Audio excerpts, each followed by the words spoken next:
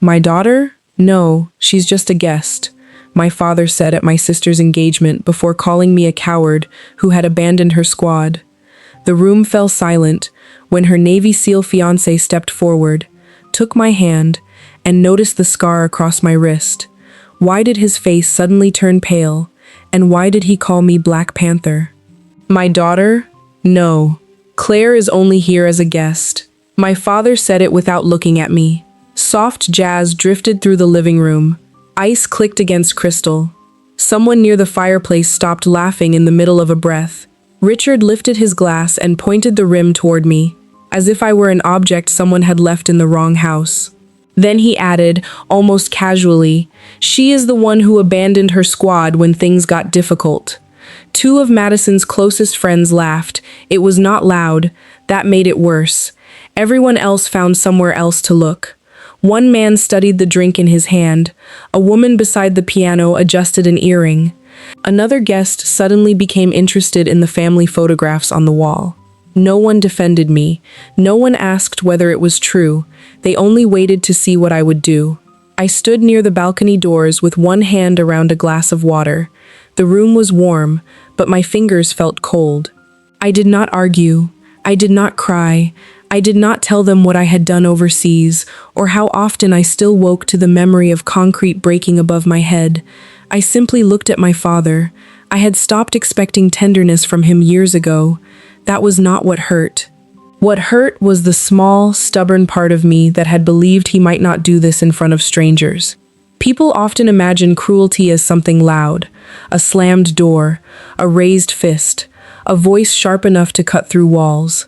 But in families built around appearances, cruelty usually wears a clean jacket and speaks calmly. It appears in a chair pushed too close to the kitchen, in a name left out of an introduction, in one careful sentence that tells everyone they are free to look down on you. Richard took another sip. He had told the story the way he always did, and he expected the room to accept it because it came from him. Then Cole moved. Until that moment, my sister's fiancé had been standing beside the mantel, listening. He had not laughed. He had not looked away. First he studied my father, then he looked at me.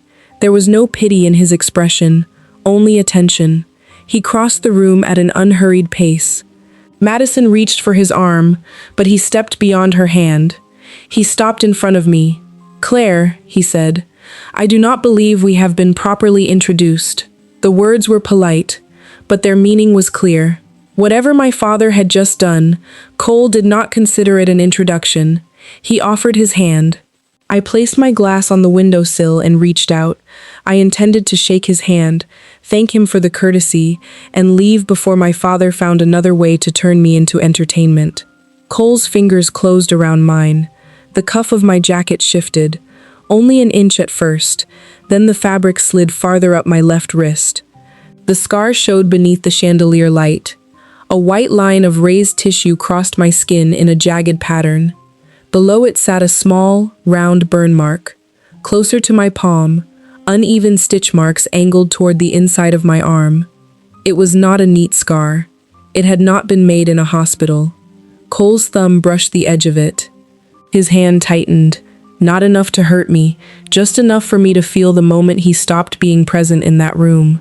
His breathing caught, the muscles in his jaw went still. The music kept playing, but the room seemed to lose every other sound. Cole stared at my wrist as if he had seen it before. His eyes moved to the burn mark, then to the crooked stitches. When he finally looked up, the color had drained from his face. "Ma'am," he said. His voice was barely steady. "Are you the Black Panther of the Marine Corps?" Somewhere behind him, a piece of ice dropped to the bottom of a glass. Madison stopped smiling. My father lowered his drink. I did not answer. I only held Cole's gaze and felt the room begin to shift around us. Some truths wait years before they find the right room to enter. When they finally arrive, they do more than silence the people who lied. They make those people pay. But to understand why a Navy SEAL commander's hand trembled when he saw my wrist, I have to take you back exactly 48 hours, to the moment the tires of my old SUV rolled onto the gravel driveway of the house I once called home. 48 hours earlier, the tires of my old SUV rolled onto the gravel driveway of the house I once called home. The wind coming off Chesapeake Bay was sharp that afternoon. It pushed dry leaves across the road and rattled the oak tree beside the porch. My mother used to hang wind chimes from that tree every spring. I remembered their soft metal sound drifting through my bedroom window while she drank coffee near the front steps. The chair was still there, so was the white porch, the upstairs window that had once belonged to me, and the view of gray water beyond the neighboring houses. But a polished sign now stood beside the driveway, Richard Whitmore Properties. The house looked less like a home than a place where clients came to sign papers. I had not returned for approval. I had 3 reasons for being there. First, I needed to attend the final meeting about my mother's estate. Second, I needed to find the cedar box she had mentioned during one of our last calls. Third, I had promised her I would attend Madison's engagement celebration. My mother believed seeing us together might repair something. I no longer believed that. Still, I wanted to honor her final request. My father stood on the porch when I parked. He did not come down the steps. He did not ask about the drive. His eyes moved from my face to the mud on my boots. "Use the side entrance," he said. "Madison has people coming over, and we just had the floors refinished." I looked at the front door, then at him. For 1 second, I considered reminding him that my name had once been painted on the mailbox too. Instead, I adjusted my bag and walked around the house. When I was young, I thought being pushed out of a family had to happen all at once. I imagined shouting, a slammed door, or someone telling you never to return. Age taught me that exclusion usually happens in smaller pieces. First, they send you through another door. Then they give away your room. After that, they take your money, your memories, and finally your name. Inside, the kitchen smelled like lemon cleaner and roasted garlic. No one greeted me. I carried my bag upstairs and stopped outside my old room. The bed was gone. Built-in closets covered 3 walls. Shoe boxes stood where my desk had once been. A photograph of my mother and me had been removed, leaving a pale rectangle on the wallpaper. Madison's dresses hung in neat rows beneath warm lights. My childhood had not been packed away. It had been remodeled. Behind several garment bags, I found my mother's old writing desk. During our final call, her voice had been weak, but her instructions were clear. The cedar box is where you used to hide your report cards. I knelt beside the desk and felt beneath the lowest drawer. A small panel released with a soft click. The box was still there. Inside, I found a handwritten letter from my mother, trust documents, bank transfer records, and a form carrying a signature that looked like mine. It was not mine. The records showed $180,000 moving out of the trust established in my name. The money passed through one of my father's companies, then went toward overdue rent and supplier bills for Madison's store. Beneath those papers sat a sealed envelope from the Department of the Navy. I did not open it, not yet. I photographed every financial page and made sure the dates and signatures were clear. Then I sent the images to Elena Park, my attorney. I recorded where I found the documents and the time I opened the box. Then I placed the originals inside the locking pouch in my bag. My phone vibrated less than 2 minutes later. Elena's message was brief. "I received everything. Do not confront anyone yet. Keep the originals with you." I read it twice, then locked the pouch. In many families, the strongest child receives the least protection.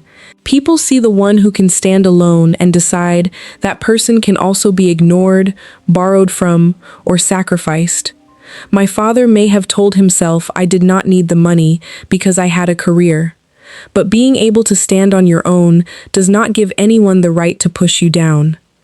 Just as I closed my bag, the front doorbell rang below. A moment later, Madison's voice carried up the stairs. "Cole's here." I had never met my sister's fiancé, but the unopened navy envelope was still in my hand, and through the thin paper I could make out 2 words: Operation Meridian. I placed the envelope inside the pouch. It was not time. Downstairs, my father was welcoming a stranger with a warmth he had never offered me.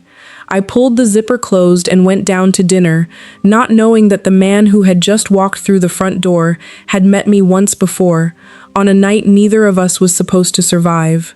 I left the navy envelope locked inside my bag and went downstairs. Cole stood beside the dining table, shaking my father's hand. He looked familiar in a way I could not place, but I had learned not to trust that feeling. Richard sat at the head of the table. Madison and Cole were beside him. Cole's parents sat across from them. My chair was near the kitchen door. No one asked me to clear the plates. They did not have to. The placement said enough. Before sitting, I checked the room without thinking. The kitchen door was at my shoulder. Glass doors opened onto the yard. A mirror beside the liquor cabinet showed part of the hallway. When I looked back, Cole was watching me. Dinner began with weather, real estate, and engagement plans. Then my father leaned back and started shaping the story he wanted everyone to believe. Madison was the one who stayed when Susan got sick, he said. She understands that family means showing up. He did not look at me. Everyone understood who had failed his test. I remembered offering to move my mother closer to a military treatment center. I had found specialists, temporary housing, and home care support. Richard rejected the plan because he did not want friends asking why his family needed outside help. Madison folded her napkin and gave me a regretful smile. Claire always had trouble staying in one place. Her voice held no anger. That made it effective. After a pause, she told Cole's family that she did not want to embarrass me. Then she said I had gone through something overseas, left my unit, and was later found unfit to continue serving. Richard added that they had tried to help me move on. I kept my hands flat on the table. An effective lie is rarely made from nothing. It is usually wrapped around a piece of truth. I had left that deployment on a medical flight.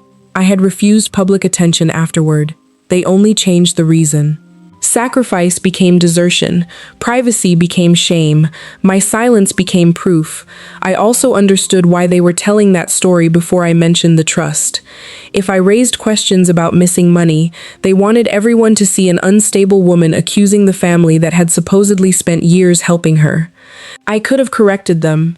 Instead, I let them keep talking. People often confuse silence with surrender. Sometimes silence is the moment when you allow another person to provide evidence against themselves.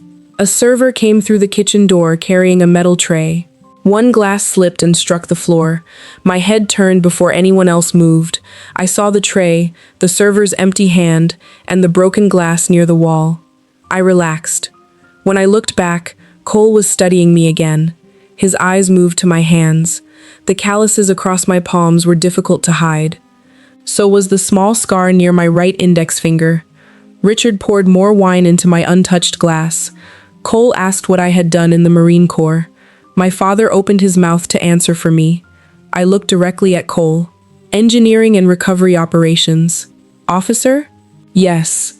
Richard gave a short laugh and said, I had always liked titles more than responsibility. Cole did not laugh. Madison reached beneath the table and placed a hand on his arm. Then she changed the subject to the photographer she had hired for the next morning. Cole allowed the conversation to move on, but his attention did not. By dessert, he was no longer behaving like a polite fiancé meeting an awkward relative. He was watching details, posture, timing, hands, breathing. He was not on my side yet. He simply knew the story did not fit the evidence. At the end of dinner, Richard raised his glass and offered a toast to Madison, loyalty, and people who stayed when life became difficult. Cole lifted his glass. He did not drink. Instead, he looked down the table at me and gave one small nod. It was not friendship. It was not trust. It felt like a quiet message. Something here does not add up. Before I tell you what Cole asked me the next morning, let me know where you are listening from and what time it is there right now. I have always found it remarkable how far a story can travel and at what hour it finds the person listening. The next morning, Madison woke me before 8 and handed me 3 garment bags and a makeup case. She said I was coming with them to the waterfront to help with the engagement photos.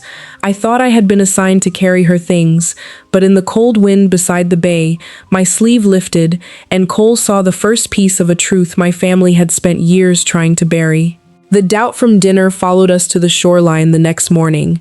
Madison had chosen a narrow beach where the dunes met a weathered wooden pier. The bay was gray under a low sky. Wind snapped the garment bags against my legs. She changed poses every few minutes. First, she wanted the light behind her.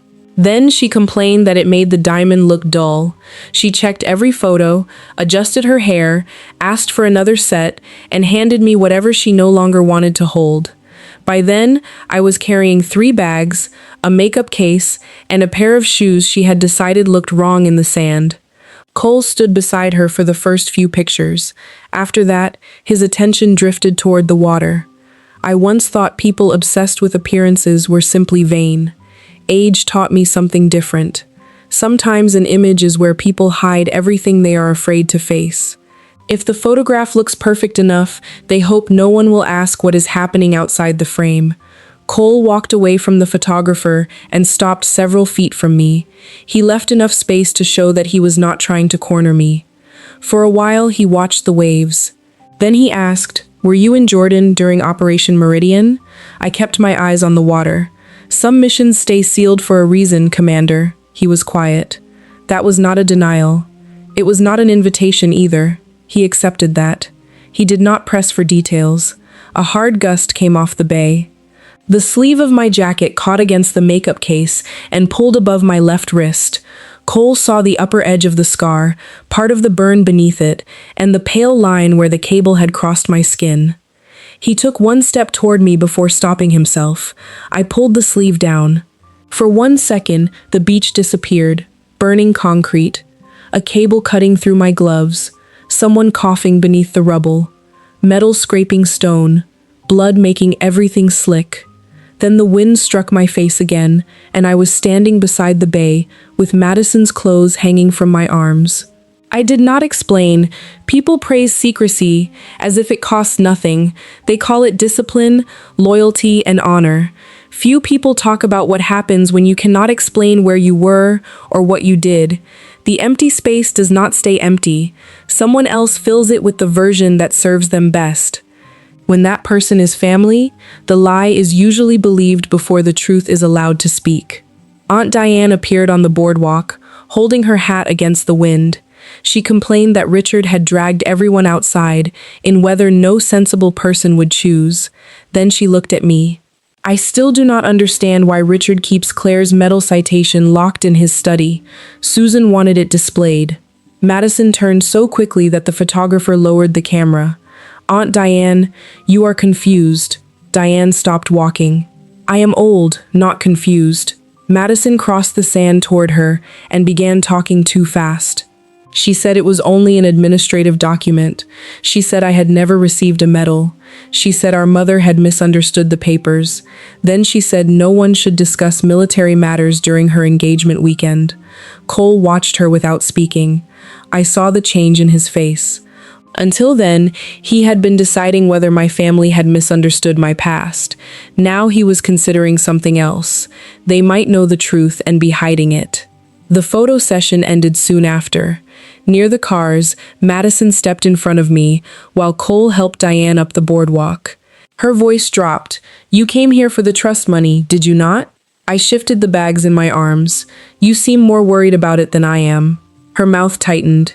Keep quiet tonight. Do not ruin this for me. The words brought back a voicemail she had left before I drove to Virginia. She warned that if I raised questions about the trust, the family would make sure people kept believing I had deserted my unit. I had saved that message. Elena had a copy. Madison knew neither. She took the makeup case and walked away, already checking the ring on her hand in her phone. Cole returned a moment later. Why would your father hide a medal citation? I watched my sister turn her hand beneath the camera, searching for the angle that made the diamond shine brightest.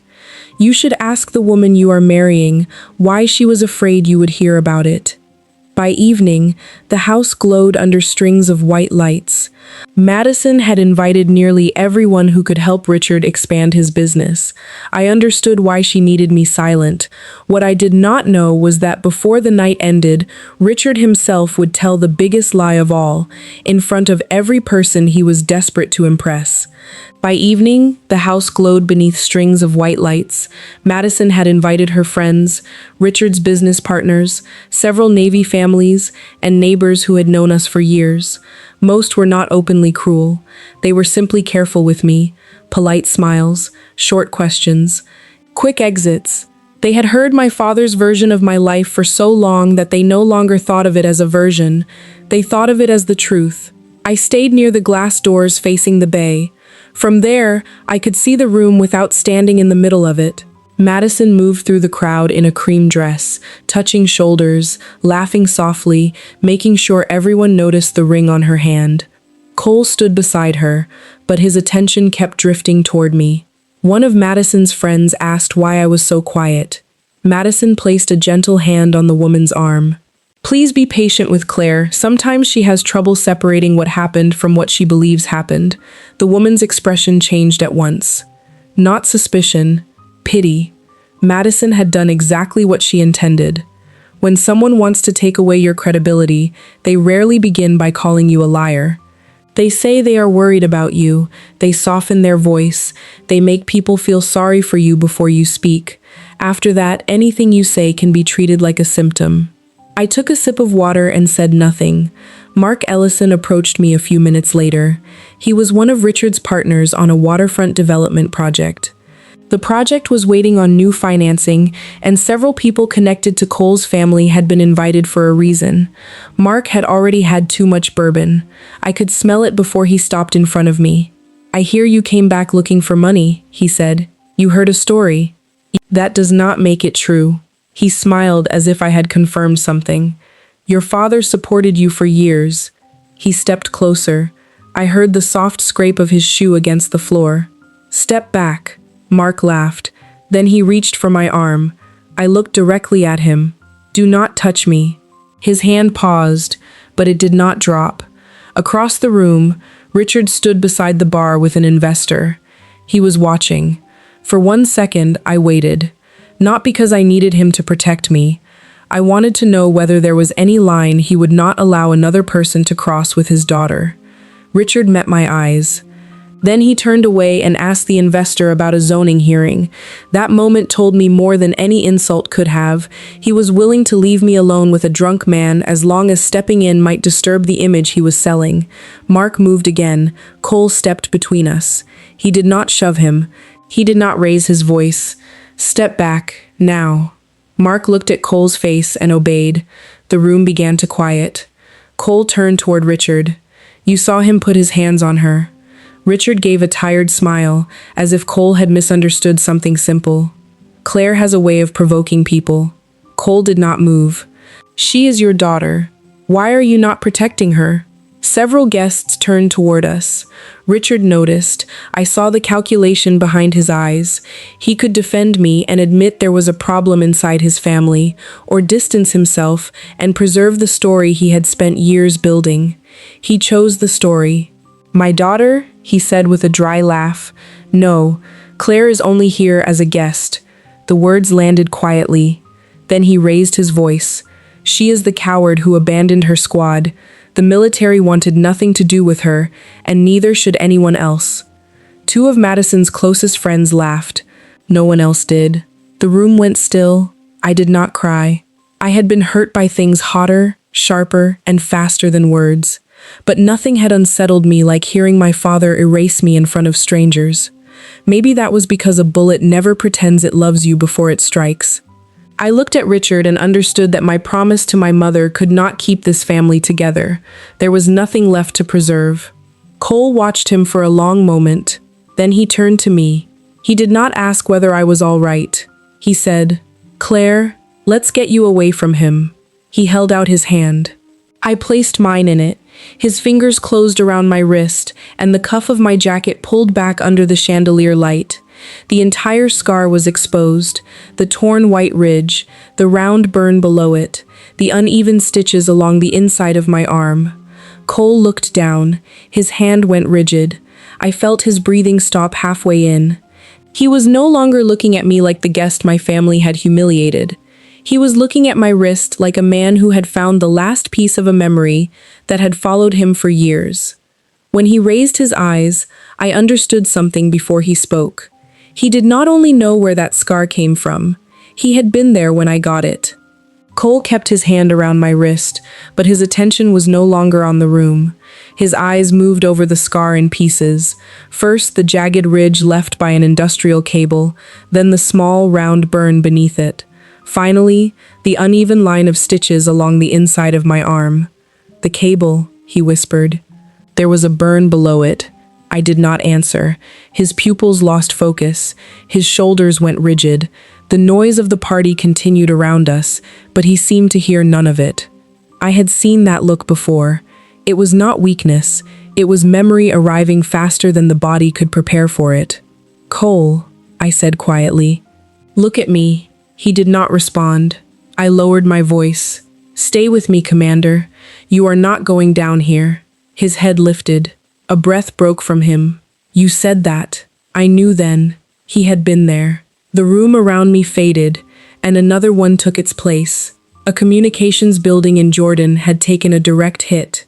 The stairwell collapsed first, then part of the lower floor came down, trapping 6 men beneath concrete and twisted steel. The order to pull back came over the radio because the remaining structure was beginning to shift. The rescue team could not reach the lower level. Fire had cut off the safest route, and the automatic hook on the recovery winch had jammed. There was one cable left outside the burn zone. I carried it in by hand. At first, I had gloves. Then the metal tore through them. The cable cut across my wrist. Hot steel pressed into the skin below it. Blood made the line slip every time I tried to pull. Beneath the rubble, a young lieutenant kept losing consciousness. His name tape was covered with dust and blood. I could not read it. I only knew he was the last man still trapped. "Stay with me, Lieutenant," I had told him. "You are not dying here." Afterward, I was taken into surgery. The casualty reports, unit names, and mission details were sealed. I never learned who the last man was. Until now.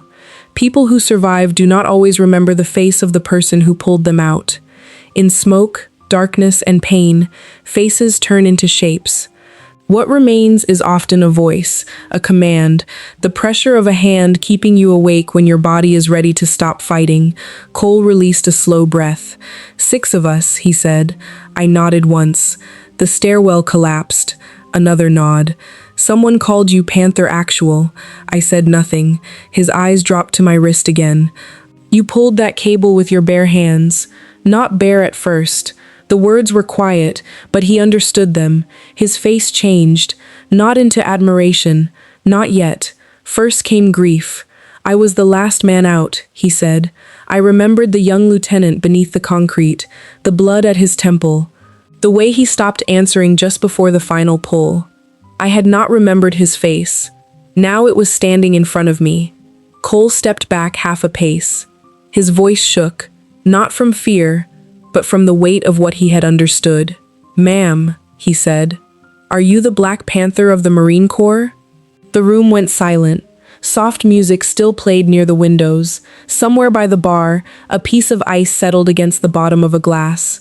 Richard looked at Cole as if he had spoken in another language. Madison started shaking her head before I answered. "No," she said under her breath. "That is not possible." I did not look at her. I did not reach for the documents in my bag. I did not explain the mission, the cable, or the men who came home. I looked only at Cole. Then I gave him one small nod. Madison's phone slipped from her hand and landed on the cushion of a nearby chair. Richard looked from me to Cole, waiting for someone to return the room to the story he understood. No one did. Cole let go of my wrist. He stepped back on purpose, giving me space. For years, I had treated silence as a duty. I had believed that protecting the mission meant allowing every false version of it to survive. But secrecy was never supposed to become permission for other people to erase me. Cole straightened, but he did not salute. Not yet. Instead, he asked, "Major Whitmore, may I correct the record?" I looked around the room, at the 2 women who had laughed, at the guests who had looked away, at Richard and Madison, who had built their lives around a lie that required me to stay quiet. "Only what has been cleared," I said. Cole nodded. After all those years, the truth was finally allowed to speak. What Richard and Madison did not know was that my service record was not the only secret coming into the light. My attorney already had the trust records, Madison's voicemail, and proof that my signature had been forged. That night, they were not only about to lose control of the story they told about me, they were about to lose everything they had built with it. Cole was still standing across from me. "Major Whitmore, may I correct the record?" I looked around the room. The women who had laughed were studying the floor. Everyone else stood still, as if silence could separate them from what had happened. "Only what has been cleared," I said. Cole nodded and turned toward the guests. I was one of the 6 men trapped during Operation Meridian. He did not get another sentence out. Richard gave a dry laugh. "This is absurd. Claire was not even here when her own mother was dying, and now everyone is supposed to believe she risked her life for strangers?" That was the wound he knew would reach deepest. He told them Madison had stayed, driven our mother to appointments, and held her hand. According to him, I had sent flowers and excuses from overseas. The truth was less convenient. I had asked for emergency leave. Richard told me my mother did not want me to abandon my duty. I called almost every day, but many calls were never put through. Later, I learned he had told her I was too busy to call. I had also arranged home support through a military family program. Richard refused it. He did not want anyone to know his family needed help. My mother had not died believing I chose strangers over her by accident. Richard had controlled what each of us was allowed to hear. "You told me she did not want me to come home," I said. "I told you what she needed, or what was most convenient for you." He did not answer. He told the guests I rewrote the past whenever the truth became uncomfortable. For years, I thought controlling a family meant controlling the money, the house, or the important decisions. I had been wrong. The most dangerous control is control over information. When one person decides which calls are passed along and which version of every story is repeated, they can create distance between 2 people and convince each one that the other chose it. Cole looked at Richard. "You are using her mother's death to discredit her because you do not want me to finish one sentence." Richard said he was trying to protect Cole from being manipulated. Cole's answer was quiet. "No, you are trying to control the room." Madison stepped forward. She did not raise her voice. She made herself look frightened. She told Cole that I had episodes and became convinced people were against me. Then she told the guests this was exactly what a therapist had warned the family about. I had never met that therapist. Madison said I had arrived carrying papers and accusing our father of stealing from me. She claimed I needed help, not an audience. It was a careful move. If she could not erase the mission, she would make my memory seem unreliable. If she could not deny the documents, she would make my interest in them sound like paranoia. Richard looked toward the woman who managed the house. "Take Claire's bag upstairs. She should not be carrying sensitive family documents while she is upset." Before the woman moved, Mark Ellison started toward the locking pouch beside the window. "Let us all calm down," he said. "I will hold it until morning." I stepped between him and the bag. "That contains my personal legal records. Do not touch it." Mark kept one hand extended. "Your father said—" "My father has no authority over my property." Cole moved beside me and blocked the path. She said no. A second voice came from the far end of the room, and unless Mr. Ellison wants the next conversation to involve law enforcement, I suggest he listens. Samuel walked forward in a dark suit. A small military pin rested on his lapel. He did not need medals to make the room pay attention. Mark stepped away. I took out my phone. "The originals are documented. Copies are with my attorney. Taking that bag will not erase anything." Madison's face lost its color. "You sent them to a lawyer?" I looked at her. "Why would that frighten you?" No one spoke. Some guests may still have believed this was only a family argument. Madison's reaction told them it was something else. People who manipulate you will call you unstable until they learn you kept evidence. Then they stop fearing your emotions. They start fearing the calm person outside the family who will examine what they did. Samuel removed a sealed envelope from his coat. He explained that 6 months earlier, after Cole began describing the same recurring memory, he requested a partially declassified copy of the Meridian citation. Richard said he had no right to investigate his daughter. Samuel looked at him. "I did not investigate your daughter. I investigated the mission that brought my nephew home alive." He handed the document to me first. "Major, this is your record. May I?" I checked the blacked out sections and the portion approved for release. Then I returned it. "You may read the cleared portion." Samuel opened the document. Madison stared at the copy her family had believed would remain hidden. Samuel began, "For extraordinary heroism while serving in support of a joint special operations task force." If you are still listening, please leave a comment below and tell me how satisfied you are with the story so far. It lets me know there are still people walking beside me through this entire journey. Your presence is the greatest encouragement I have as I continue into the final part. Samuel's voice was slow and steady. "For extraordinary heroism while serving in support of a joint special operations task force." He paused only long enough to turn the page. The document described a communications building that had partially collapsed after an attack. 6 service members were trapped below the main floor, inside an area engineers believed could fail again at any moment. An evacuation order had been issued. The automatic recovery system had stopped working. 1 marine engineering officer remained behind. Samuel read that the officer crossed unstable concrete, moved through heat and smoke, and carried a rescue cable into the damaged section by hand. She kept contact with the trapped men while the structure shifted above them. One by one, she pulled them toward the opening. The last man came out less than a minute before the remaining section of the roof collapsed. Samuel lowered the page. The officer's actions directly resulted in the survival of 6 American service members. He looked at me. The officer was Major Claire Whitmore, call sign Panther Actual. I heard the words, but pride was not the first thing I felt. I remembered the weight of the final body against the harness. I remembered metal groaning above me. I remembered sitting on the floor of the medical aircraft, staring at my left hand, because my fingers would not close. I also remembered the man in another section of the building, whom we could not reach. His name was not in that room. His family was not there. A citation can only hold what fits into clean sentences. It does not record the smell of smoke trapped in your hair for days. It does not record the name of the person you could not pull out. It does not explain what it feels like when people call you a hero while you are still thinking about the one person who did not come home. Cole stepped forward. I was the 6th man.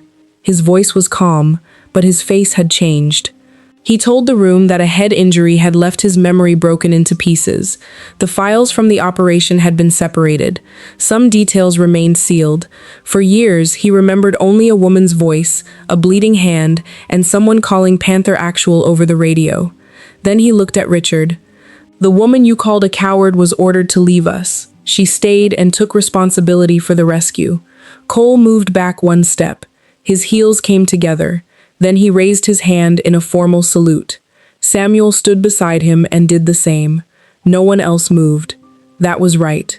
The moment did not belong to the room. It belonged to 2 men who understood what the record could not fully explain. I returned the salute, briefly. Then we lowered our hands. Several guests looked down. One of Madison's friends moved away from her without saying anything. An older veteran near the fireplace stared at my father with open disgust. Others remained where they were, uncertain which expression was safest. Crowds are rarely brave all at once. Most people move only after they know which side has become safer. I did not mistake their new silence for loyalty. I only recognized that power had shifted. Madison was the first to break. That does not prove she did not steal those documents or invent the trust story. The words came out too quickly. No one had mentioned forged documents. I turned toward her. "What forged documents are you referring to?" She stopped. For the first time that night, Madison had no prepared answer. Richard stepped in. "This is a private estate matter." I looked at him. "You made my private military record public when it benefited you. You do not get to demand privacy only when the evidence points in your direction." I did not remove the originals from the bag. I did not need to. My attorney has the trust statements, the transfer records, the forged authorization, and Madison's voicemail. Madison shook her head. There is no voicemail. I unlocked my phone. I played only the part that mattered. Her voice filled the room. Keep quiet about the trust, or we will make sure everyone keeps believing you deserted. Then the recording stopped. No one asked me to play it again. One time was enough. Madison's own voice had done what mine never could. It removed every excuse she had left. Richard lost control of his face.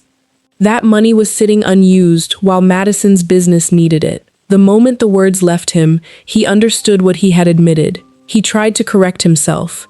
It was family money. It was a trust in my name. His mouth opened, but nothing came out. The documents mattered because they could be examined. The transfer dates could be checked. The signature could be compared. The voicemail could be authenticated. I had not kept evidence to humiliate them. I kept it because memory can be questioned. Emotion can be dismissed. A person can be called unstable until others stop listening. Records are harder to bully. Madison had spent years speaking softly and letting pity do the work for her. Now every denial gave the room another reason to believe she had always known the truth. Richard no longer looked like a father trying to protect his family. He looked like a man who believed anything belonging to his children was his to divide. Cole turned toward Madison. He did not raise his voice. That made her more afraid. He took the ring box from his pocket, removed the ring from her hand, and placed both on the table. Then he looked at her and said, "Now I know exactly who I was about to marry." Cole kept his eyes on Madison. The ring rested on the table between them. He did not raise his voice. "I am not ending this because Claire outranks anyone in this room," he said. Then he looked directly at my sister. "I am ending it because you knew the truth and chose to destroy her." Madison stared at him as if he had misunderstood something obvious. "I was protecting our future." Cole's expression did not change. From what? Her name? Her money? Or the possibility that someone might respect her more than they respected you? Madison opened her mouth, but no answer came. Cole placed the ring beside the box. He did not throw it. He did not make a scene. That calmness made the decision feel final. Madison turned toward me. The softness was gone from her face. "You knew exactly what would happen if you showed up." "I showed up because Mom asked me to." "You could have stayed quiet for one night." I looked at her. How many more years would have been enough? She looked away first. In families like mine, the person who breaks the silence is often blamed for breaking the family. No one asks who created the secret. No one asks who benefited from keeping it hidden. They only become angry with the person who refuses to carry it any longer. Richard stepped toward Cole and lowered his voice, though everyone could still hear him. "You are making a permanent decision in an emotional moment." Cole shook his head. "No, I am responding to a pattern." Richard reminded him that the families had discussed future investments. He mentioned the Chesapeake redevelopment project, the financing still being arranged, and the people who would lose money if the engagement ended. He said Madison had been under pressure. He called what she had done a mistake. Not once did he ask what it had cost me. Not once did he ask why his daughter had threatened to keep a military lie alive. He spoke about money, permits, lenders, and reputation. Cole listened until Richard finished. Then he said, "You did not protect your family. You protected your reputation." Richard's face tightened. That reputation pays for this house. And there it was, the truth, spoken without meaning to. To Richard, the house had never been a home. It was a stage. Madison and I were only useful as long as we played the parts he assigned us. A man near the fireplace cleared his throat. He had worked with Richard for more than 10 years. "Until the trust issue is reviewed, my firm is pausing the Chesapeake project." Another partner said his attorney would contact Richard's office in the morning. The room did not empty all at once. Most people stayed still, trying to understand how quickly a family celebration had become a legal risk. Those men were not acting out of loyalty to me. They were protecting themselves. A forged signature and money moved through a company were no longer private family problems. They were warning signs. Richard tried to speak over them, but his voice had lost its authority. For years, people listened because he sounded certain. Now certainty was not enough. Records existed, lawyers had copies. Someone outside the family would examine the money. Madison looked down at the ring. Her shoulders began to shake. For one moment, I wondered whether she finally understood what she had done. Then she said, "This was supposed to be my night." The people closest to her stepped back. She was not grieving the damage she had caused. She was grieving the stage, the marriage, and the future she believed belonged to her. I used to think selfish people simply failed to understand the pain they caused. Sometimes they understand it clearly. They just believe someone else's pain is a reasonable price for what they want. I said nothing. There was nothing left to explain. Samuel moved toward the front hall, and Cole's family followed him. They gathered their coats and left with the quiet order of people who had already made their decision. Cole paused beside me. "You do not owe anyone in this room another explanation." I nodded. He did not promise to call. He did not reach for my hand. He had just ended a serious relationship and recovered a memory tied to the worst night of his life. Respect was enough. Cole turned away, then walked past Madison without looking back. The front door closed behind him. For the first time that evening, no one knew what to say. The truth had not only exposed Richard and Madison, it had given everyone else a choice. Some stepped toward honesty, some stepped toward self-protection, others were still pretending they had never chosen a side. After the last guests left, the house became painfully quiet. I went upstairs to collect my bag. The cedar box was still open on the floor of my old room. Beneath the trust papers, I found one envelope I had not noticed before. My mother had written my name across the front. Under it were the words, "For Claire, when you finally decide what family means to you." I sat on the floor where my childhood bed had once stood. The house below had gone quiet. No music, no glasses touching, no voices trying to recover the evening, only the soft sound of the bay against the shore and the paper in my hands. My mother's handwriting leaned slightly to the right. It had always looked that way. Even when she was tired, she wrote that she had discovered the transfers after her illness became worse. By then, Richard handled most of the bills, the accounts, and nearly every conversation with the bank. When she confronted him, he told her I had a military salary and did not need the trust. He said Madison needed the money to keep her store open. He promised he would replace it when the next development deal closed. Then he told her that if she made it public, the family would fall apart. My mother admitted she waited too long to tell me. She feared I would confront him, leave, and never come back. Near the bottom of the second page, she had written one sentence twice, as if the first attempt had not been enough. I wanted peace so badly that I asked the strongest person in the family to carry the most pain. I read it again, then once more. I loved my mother. I was also angry with her. Both things were true. I would not say she had no choice. She did. But illness, financial dependence, and years of living inside Richard's control had made the right choice feel almost impossible to her. Understanding fear does not erase the harm fear can cause. People who keep the peace are often praised for sacrifice. But peace built on another person's silence is not peace. It is conflict moved out of the shared room and placed inside the body of the person expected to endure it. A soft knock came at the door. Aunt Diane stepped inside. She looked older than she had that morning by the water. She apologized for knowing part of the truth and not pushing harder. "Your mother kept believing Richard would fix it on his own," she said. "People like him do not correct what benefits them." Diane nodded. Then she took a small brass key from her pocket. My mother had asked her to keep it. It opened a locked drawer in Richard's study, the place where she believed he stored original records and old bank correspondence. It was not enough to undo what she had allowed, but it meant she had tried, finally, to leave me a way through. After Diane left, my phone rang.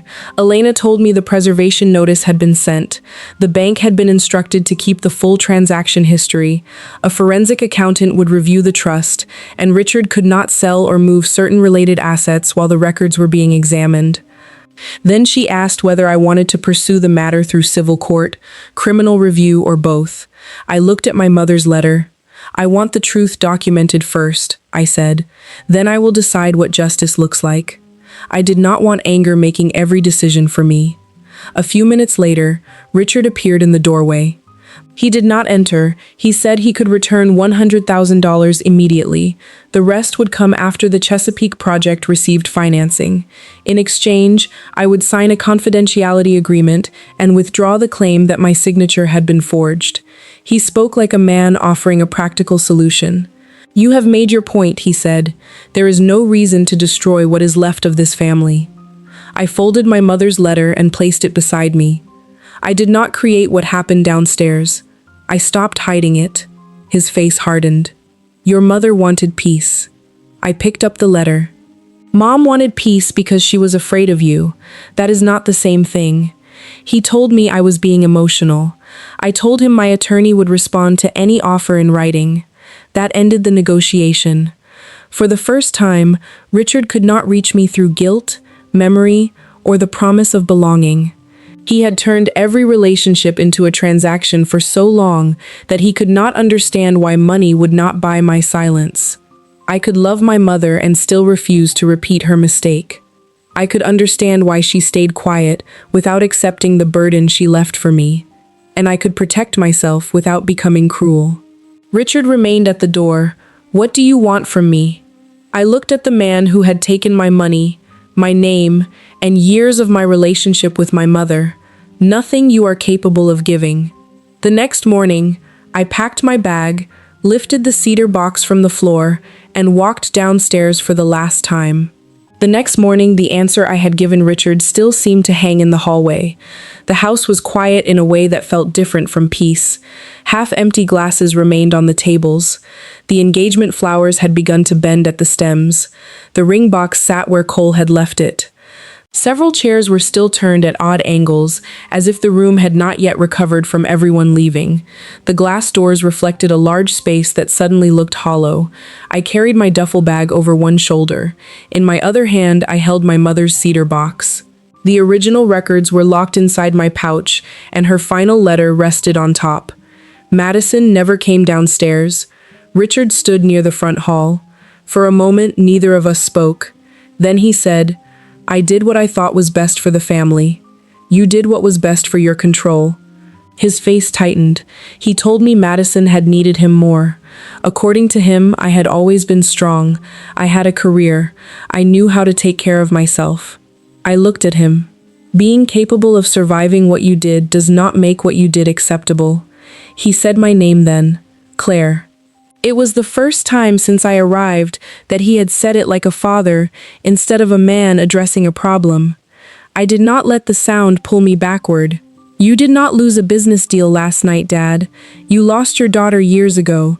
Last night was only when you finally noticed." His mouth opened, but no apology came. I did not wait for one. There was a time when I thought leaving only mattered if the people behind me could see how angry I was. I thought a final exit needed a slammed door, a raised voice, or something broken on the floor. Real boundaries do not need a performance. They still work when you close the door gently. I walked through the front entrance. Outside, the morning air carried salt from the bay. Cole stood beside his truck at the far end of the driveway. He kept enough distance to make it clear he was not there to interfere. "I wanted to make sure you got out without another confrontation," he said. "I can handle confrontation." I know that was not the question. I understood what he meant. Care is not the same as doubt. He looked toward the house, then back at me. "I spent years trying to remember the person who pulled me out. You survived because you kept responding." Cole shook his head. "I survived because you refused to leave." Neither of us tried to turn the moment into something more. He had just ended an engagement. The memory of Meridian had returned with a force he had not expected. He admitted that he needed time to understand both. "Take the time," I said. "Survival is not the end of recovery." He nodded. We said goodbye as two people who had shared something larger than either of us had fully understood. Then we went in different directions. 3 weeks later, the forensic accountant finished the first review. $180,000 had been moved from my trust without authorization. My signature had been copied from older paperwork. Some of the money had gone to Madison's store. The rest had covered expenses tied to Richard's development project. 2 months later, Richard agreed to a civil settlement. He repaid the full amount, plus interest and legal costs. He accepted the findings of the audit and agreed he could never claim that I had approved the transfer as a loan. The settlement did not erase the possibility of further review into the forged signature. Elena helped me choose a path that protected my rights without tying my life to years of courtrooms and depositions. Madison's store closed after suppliers withdrew her credit. I did not destroy it. The business had survived on money that did not belong to her and promises it could not keep. Richard's waterfront project was suspended when his partners demanded an independent financial review. Those consequences did not come from revenge. They came from records, choices, and people finally refusing to look away. For the first time, I had not endured the damage to keep everyone else comfortable. I had used the law, evidence, and clear boundaries to protect myself. 6 months later, I stood inside a small room at a military family support center. My mother's name was mounted on the wall behind me. The folder in my hands was no longer part of a lawsuit. It belonged to the first family about to receive help from a fund created with the money I had finally recovered. 6 months later, I stood inside a small meeting room at the Military Family Support Center. Behind me, a brass plaque carried my mother's name, the Susan Whitmore Emergency Family Fund. There were no cameras or polished speeches, only folding chairs, a coffee machine, a box of tissues, and a table covered with forms. The fund helped military families with costs that arrive before anyone has time to prepare. Travel to an out-of-state hospital, a hotel near a recovery ward, emergency childcare, basic legal guidance, groceries and rent when someone had to stop working to care for an injured spouse. My mother had spent years feeling isolated and dependent. She had not known where to ask for help without first asking Richard for permission. I wanted the fund to become the door she never found.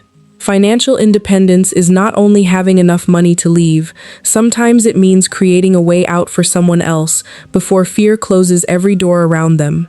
The first family we approved belonged to a woman named Rachel. Her husband had been badly injured during a training exercise and transferred to a military hospital in another state. She had 2 children, no paid leave left, and a job she could not afford to lose. Rachel sat across from me, holding her phone with both hands. She said she could not let her husband wake up alone, but she did not know how to keep food on the table if she missed more work. I slid the approval form toward her. You do not have to choose between being there for him and keeping food on the table this month. She looked down at the paper. Then she began to cry. I told her there was nothing to apologize for.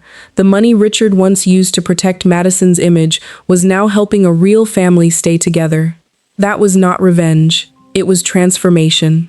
Samuel joined the advisory board and helped shape the fund's first policies. Cole sent a donation without putting his name on it. I recognized the unit information attached to the transfer. A few days later, a letter arrived. You pulled 6 of us out once. This fund will pull out people you may never meet. I placed his letter beside my mother's. Cole and I stayed in touch from time to time. Not as a romance. We spoke as survivors who understood that being alive and being healed are not the same thing.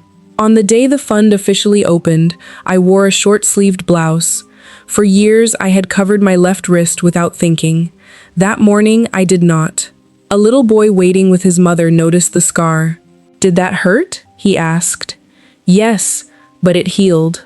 "All the way?"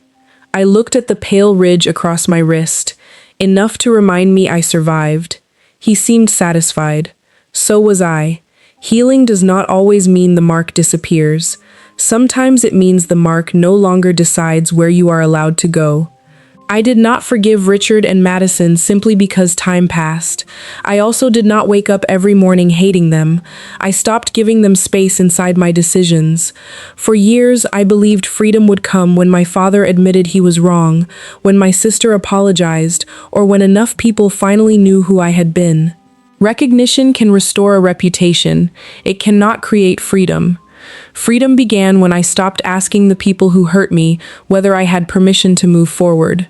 Blood can make people relatives. Only loyalty, respect, and action make them family. Richard and Madison shared my name, but they took what belonged to me, twisted my past, and used my mother's death as a weapon. Cole, Samuel, Elena, and the people who built the fund did not share my blood. They respected my choices, protected the truth, and stayed when staying became inconvenient. I did not win because Richard lost his project or because Madison lost her store. I won because I no longer needed either of them to decide what I was worth. The scar on my wrist is still there. I do not hide it now. It is proof that I survived the battlefield and the family that spent years teaching me to doubt myself. What about you? Were you satisfied with the way I handled Richard and Madison? Do you think I was right to protect the evidence, let my attorney handle the case, and walk away? Or would you have given them one final chance? Please share how satisfied you were with this ending in the comments. I value every honest point of view. What did you think of her decision? Would you have handled things differently if you had been in her place? Share your thoughts in the comments. I read every single one, and your perspective may help someone else who is facing a similar choice.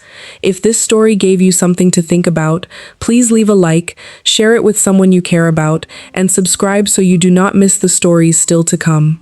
Until we meet again in the next story, take care of yourself and remember that choosing peace does not mean choosing weakness. We are Honor Family Radio, sharing stories that help us move through the years together, rediscover peace, and find the strength within ourselves.